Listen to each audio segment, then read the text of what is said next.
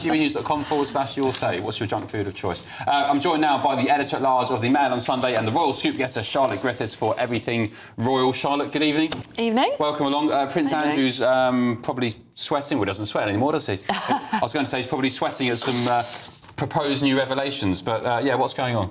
Well, I interviewed Andrew Lowney this week, and he did that book about Prince Andrew that's just come out, and it was sensational. And we know a lot about Andrew, but even so, the revelations were sensational. And just remind us of one or two of them, the previous ones. Oh, just about his dodgy business dealings, Epstein, using his daughters to kind of get dodgy business people over to the UK for their birthday parties. And also just a bit of a bugger to his staff, maybe. But more revelations about how he shouts and screams at his staff, his sexual exploits. I mean, it really went into major detail. That was this book that's just come out. So that was this book, and what's happened is, since reading the book, friends of Prince Andrew have said, do you know what, I've been keeping his secrets for long enough. I'm going to tell you even more. And what happened was, Andrew approached loads of quite reputable, important people, and they said, of course, I'm not going to, get involved in your tawdry little book. And now they've read the book, and they said, actually, do you know what? I am going to come forward. I think it's, it's not right, the secrets I'm keeping. So whatever's going to come out in the next book, it's going to come out next summer, and he's having to rewrite the original book from scratch. He's not, because there's always a paperback where you add a couple of chapters, but he says there's so much now coming forward that he's got to start again. Has Andrew contributed to the book? Has he commented? Has he denied allegations in the book? No.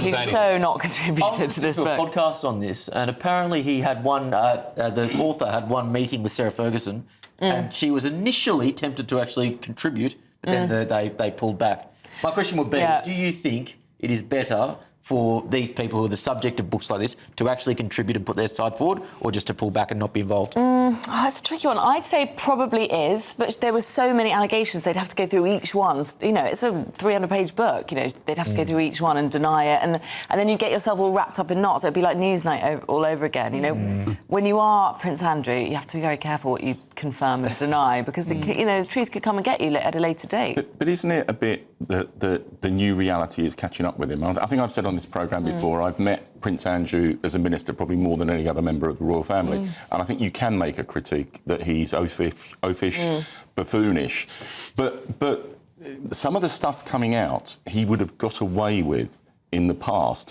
but the standards for the modern monarchy make that unacceptable, and that's what's coming home to roost. And also, he's bred from a different generation. He was spoilt by the Queen. He lived in a world where you could be completely over the top and ostentatious, unlike Prince William. William's all about, trying to at least pretend that he's thrifty and all the rest of it, although he's just got a brand new palace to move into.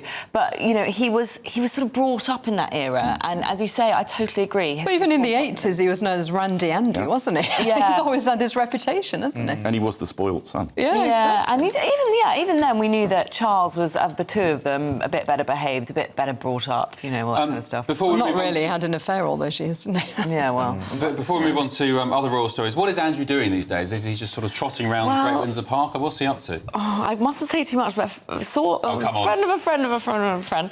I was having drinks with him this week. He was just having lovely rosé in the garden in the sunshine, I gather. And, is he what's he doing? Is he working? Is he painting? No, I honestly think he just sits around with Sarah, sort of having friends over, having little dinner parties. Watching TV. Not doing very much. Probably watching Ben Lears tonight. Andrew, just if you're watching, you're welcome on the show. I didn't mean oafish, buffoonish, by the way, Andrew. His daughters spend a lot of time with him, and they bring the grandchildren over, and he kind of dotes on them. Right. And he rides the horses around a bit. He's taken up horse riding. Oh, all right for some. Not much of a life. All right for some. Yeah. What else is going on? Well, the other thing that's happening to Andrew and Fergie is their new next-door neighbours are going to be Catherine and William. They're moving into Forest Lodge, which is really quite close to Royal Lodge, and it makes me think that they're almost kind of ominously encroaching on Royal Lodge because, of course, Andrew and Fergie will not move out of Royal Lodge. They're just rattling around. Yeah, they're rattling around. Does the King still want to keep them out? For the first time ever this week, I heard mood music that they're starting to resign themselves to moving out, whether it will actually happen or not, because they have got some sort of legal right to be there. And just for viewers who aren't sort of up to date on the sort of geographics of royal residencies, and these are all properties in Great Windsor Park. Yeah, sorry, they're all in Windsor. They're all in Windsor Great Park, Windsor Great Park. and they're all dotted around. You know, Frogmore Cottage, where Meghan and Harry lived, was around there as well, and obviously Windsor Castle. They all seem to prefer Windsor. There seems to be a real move away from Buckingham Palace, which is obviously being refurbed, and Kensington Palace, which nobody seems to use anymore. They call it the Aunt Heap. Aunt Heap. Oh, right. Because it's got all the random old aunts living in it that you've never heard of. And yeah, Windsor's where it's at now. And Catherine and William got this amazing new place called Forest Lodge, which is 8 bedrooms. Crucially, it's a house, not a palace, so it allows William, as he becomes king down the line, to sort of look like he's all humble and down with the normal guy. But of course, it is a fabulous 8-bedroom Georgian mansion with a ballroom.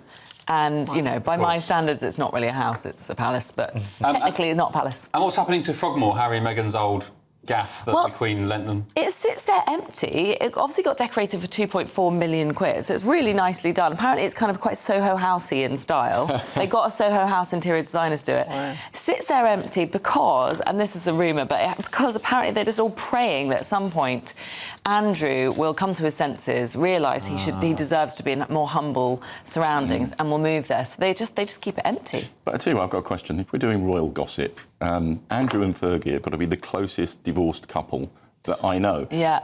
From all your sources, is there any prospect that they're actually going to reconcile properly? There was a rumour about 5 or so years ago that they were going to get remarried, but I don't think it's a romantic relationship. I really think it's a friendship, and it baffles us all. Even our, you know, the most hardy of royal watchers can never really work it out. They're sort of best friends.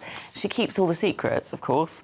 Was it meant to have been Prince Philip, who didn't like Fergie, and that's what stopped him initially getting also, back like, together? Yeah. She wants to cling on to ties to the royal family, and he doesn't really have anyone else.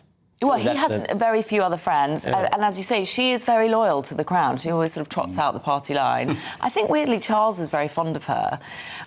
You're right, Philip absolutely hated her, and in Andrew Lowney's book, he revealed that Philip had a sort of dalliance with her mother, Susan Barantes, which has never been verified, and Jacob Rees-Mogg said, look, you can't make these claims.